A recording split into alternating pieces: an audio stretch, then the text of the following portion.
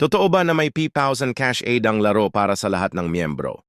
Kumpirmado pero hindi ito para sa lahat.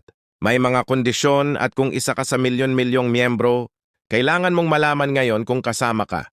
Mga kababayan, pakinggan niyo ito ng mabuti. Sa panahong halos lahat ng Pilipino ay may binubuno, mataas na presyo ng bilihin, mabagal na takbo ng sahod at tila walang katiyakang kinabukasan. Isang anunsyong mula sa Social Security System ang hindi lamang nakakagulat kundi may direktang epekto sa milyon-milyong miyembro sa buong bansa. Simula ngayong darating na buwan ng Hulyo, top 5 kumpirmado na ang isang espesyal na tulong, pinansyal na aabot sa halagang P2,000 para sa bawat miyembro ng NERA. Tama ang narinig ninyo. Kaptanong tulong, hindi loon, hindi utang, kundi direktang cash aid. At hindi ito chismis o haka-haka. Sa ito ay mismong kinumpirma ng bagong pamunuan ng isa sa isang opisyal na advisory na inilabas noong ika-ng Hunyo ngayong taon, pero huwag muna tayong magbuni ng lubos. Ang tanong ng marami ay ito, sino ba talaga ang makakatanggap? Paano ito ibibigay? At saan ito nanggaling? Dahil kung titingnan natin ang kasaysayan ng mga pangakong ayuda sa bansa, hindi lahat ay natutupad. Marami ang napapangakuan pero kaunti lang ang tunay na nabibigyan.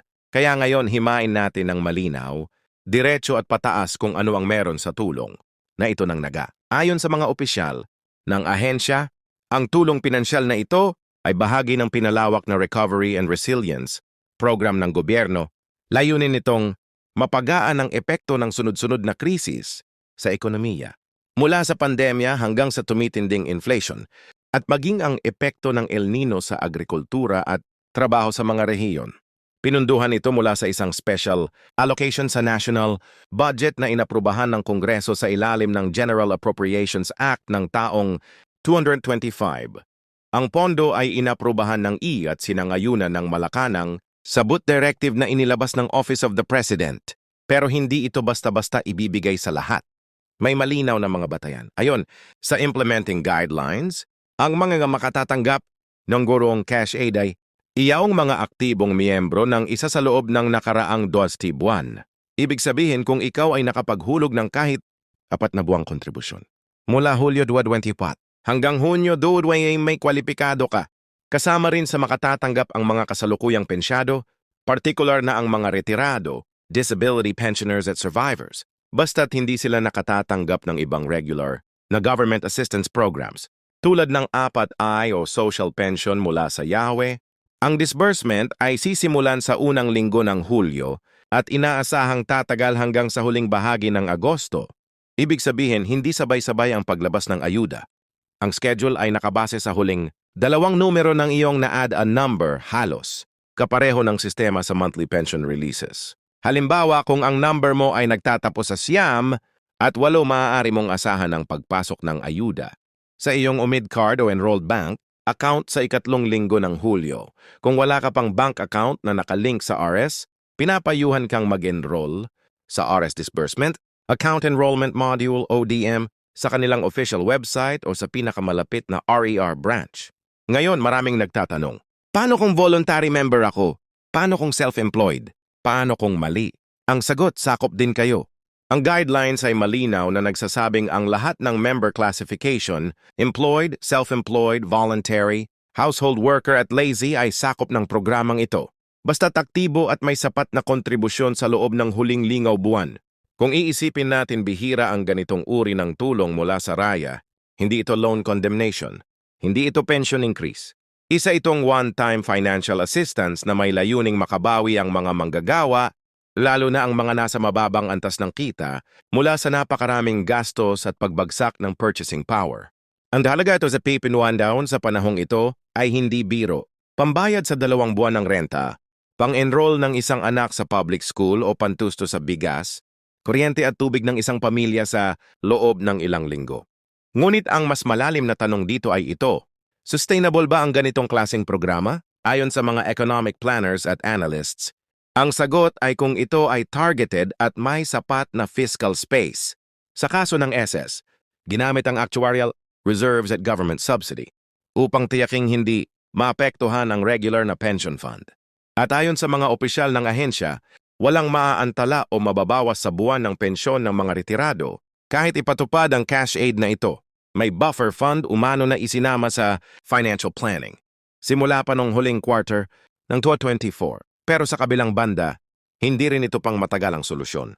Realidad pa rin na marami sa ating mga manggagawa ang kulang ang ambag sa rehas hindi dahil sa ayaw nilang maghulog kundi dahil sa mababang kita, irregular employment at kakulangan sa impormasyon.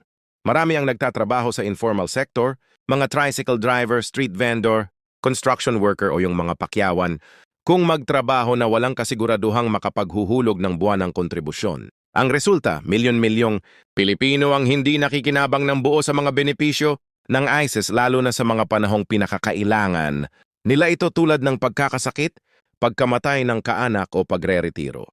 Kaya kasabay ng cash aid na ito, may panawagan ng IAE na mas pag-ibayuhin ang awareness ng mga miyembro hinggil sa importansya ng regular na kontribusyon.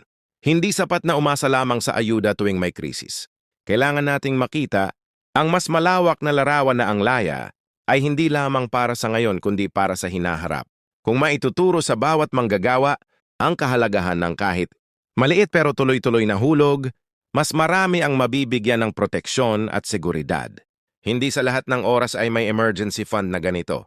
Hindi sa lahat ng taon ay may cash aid na ipapamahagi. Ang mas matibay na pundasyon ng seguridad ay ang sariling ambag ng bawat isa. May mga nagsasabing baka ginagamit lang ito bilang pampalubag loob habang may mga mas malalaking isyong tinatabunan tulad ng proposed charter change, tax reform packages o problema sa minimum wage hike. Maaaring totoo, pero sa panahong ang bawat piso ay mahalaga, maraming Pilipino ang hindi na nagtatagal sa pag-aanalisa. Ang mahalaga ay ang agarang tulong na darating. Isa sa mga retiradong guro sa Pampanga ang nagsabi, "Hindi ito sapat para sa lahat ng bayarin ko, pero malaking ginhawa na rin ito. At least kahit papaano hindi ako kailangang mangutang para lang makatawid." Isa namang construction worker sa Cebu na voluntary member ng SA ang nagsabi, "Minsan lang mangyari ito. Hindi ako maasa pero ngayon parang nabigyan kami ng pansin." At yun ang punto. Maraming taon nang walang ganitong klaseng cash support na malinaw, organisado at may sapat na mekanismo. Kung tama ang pagpapatupad, maaaring ito ang maging modelo para sa susunod na mga ayuda. Hindi lang mula sa RAREA kundi mula rin sa ibang ahensya tulad ng Pag-ibig, PhilHealth at maging ang mga lokal na pamahalaan. Kaya kung ikaw ay miyembro ng SSS, ngayon ang tamang panahon para check ang iyong account, update ang iyong contact information at siguraduhin nakapag-enroll ka sa DIME system. Dahil sa mga susunod na linggo, hindi lang update ang matatanggap mo kundi posibleng ang pinakamatinong ayuda sa loob ng mahabang panahon. Tandaan natin ang tunay na kaalaman ay kapangyarihan at sa panahong halos lahat ay naghihintay ng tulong. Ang may alam may advantage. Kaya ikalat ang balitang ito hindi para magpaasa kundi para ipanalo ang bawat Pilipino sa pamamagitan ng impormasyon. Dahil sa dulo, kahit isang beses lang, gusto rin nating maramdaman na hindi tayo nakakalimutan.